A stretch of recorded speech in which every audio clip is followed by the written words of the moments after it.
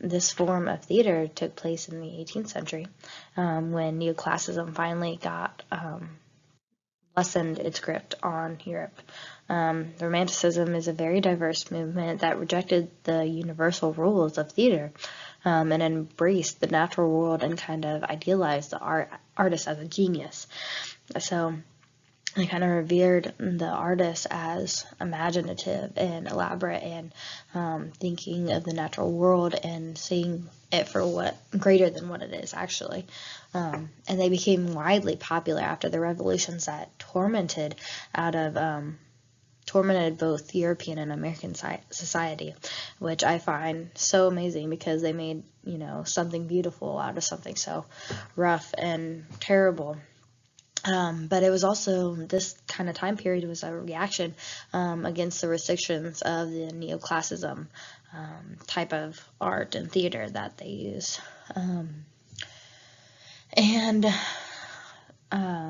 Although Shakespeare is well revered today, in the neoclassic time, his plays actually kind of faltered a bit and kind of faded and took a back seat, whereas they became more popular in this time because they focused on the natural world and being imaginative in some spots.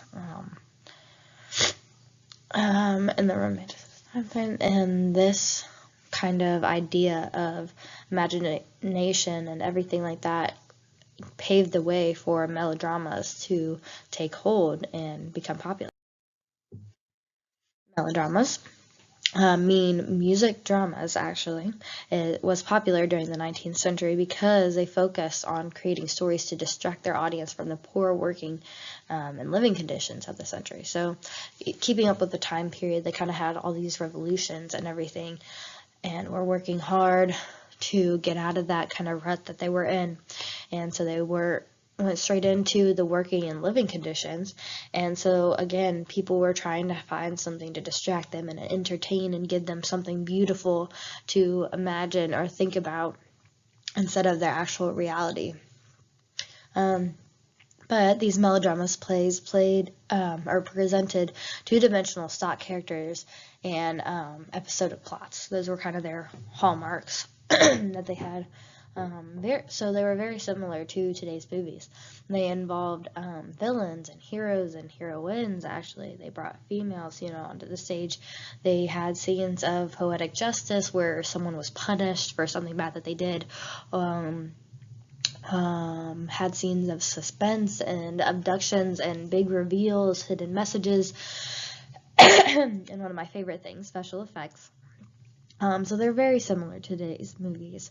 But the two most prominent writers of this genre were a Frenchman, I believe, and the other came from Ireland. And they were very popular writers of this time period. But a more popular melodrama was called Ben-Hur.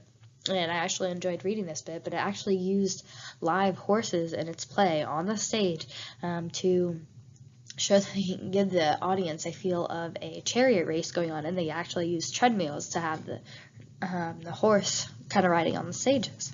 So I thought that was interesting. Realism is a era and time, a genre that began in the late 19th century due to the various developments in social movements, theories, and philosophies, which I also kind of enjoy this too because this was a big time frame for Sigmund Freud, Charles Darwin, Auguste Comte. They were all big contributors during this age in their science and other fields, psychology, all that kind of stuff. Because these big ideas and science were coming to revelation, and people were hopping on the bandwagon for it, and it was becoming so prominent in this time, playwrights actually began to jump on this as well and use the scientific method to help their art and use it in their plays.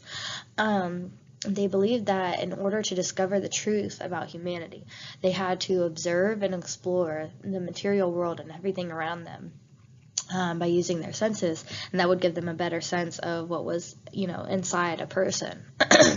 Realism was also a reaction to the so-called unrealistic and unmotivated action that they perceived to take place in the melodrama. So they did not like that. They perceived it to be unrealistic, even though it is quite entertaining.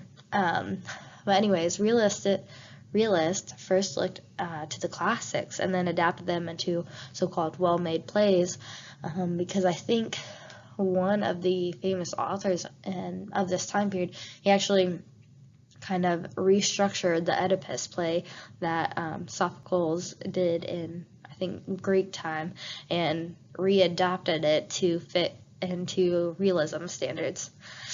But setting and environment became crucial to these plays, and their environment, their just surroundings all around them.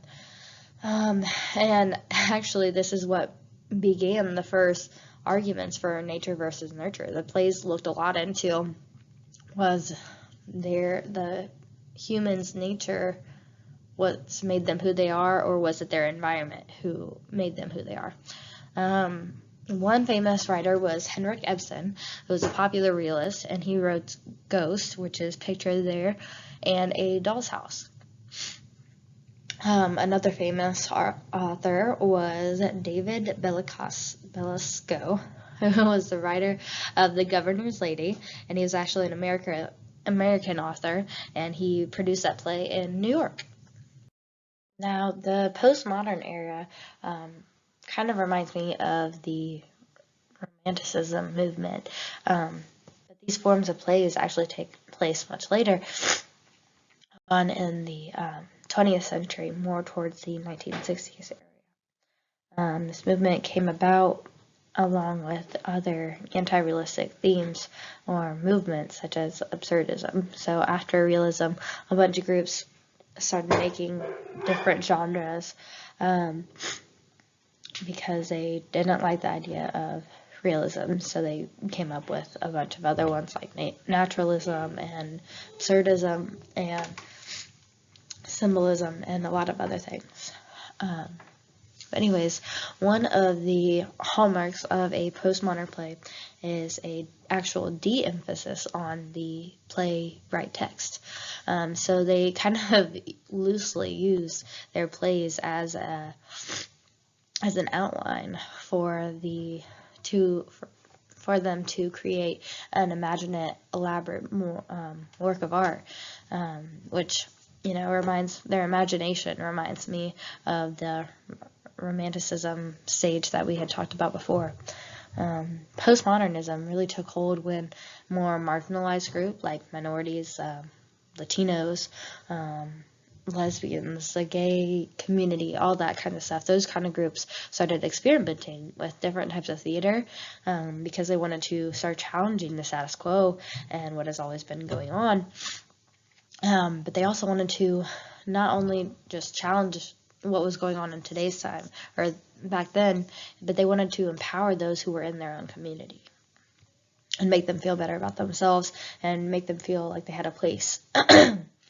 This movement of postmodernism is also sometimes referred to as the avant-garde movement because it absolutely shattered the rigid and radical expectations that the past had kind of set as a precedence.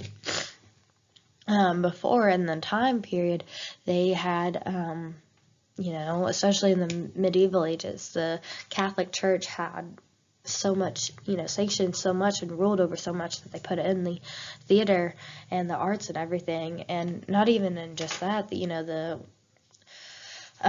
Renaissance and the Restoration, they still had professional sanctions that were on them. They didn't enjoy the same kind of freedoms that they did today, or that we do today. And so in this postmodern era, they're kind of the in-between stage. They are breaking norms and shattering just everything that we had known in the past so that we can enjoy the freedoms that we do in today's time, in the 21st century.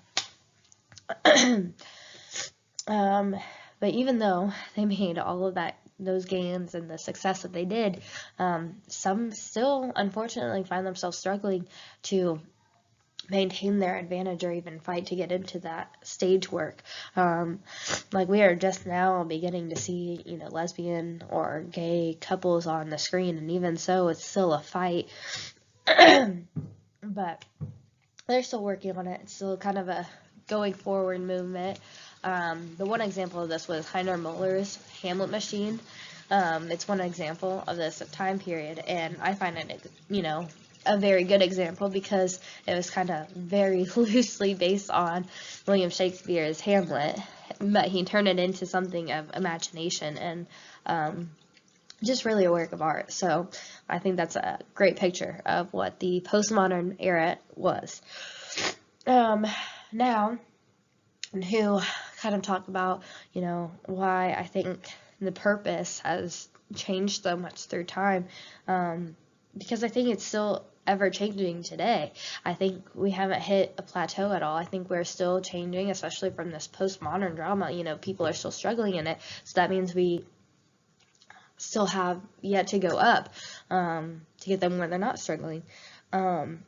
I've seen so many plays that have different purposes in mind. I've seen so many that they definitely want to entertain. That's always going to be a theme for plays. But I've also seen them to educate or promote or even raise awareness. I just saw one last month I wanted to raise awareness about mental illnesses.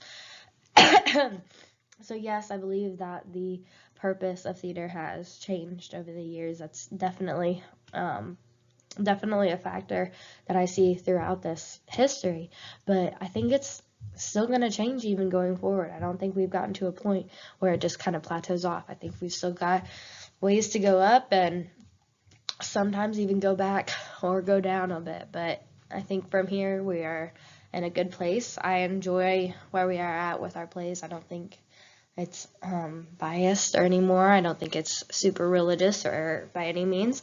I think it's just where it needs to be. Thank you.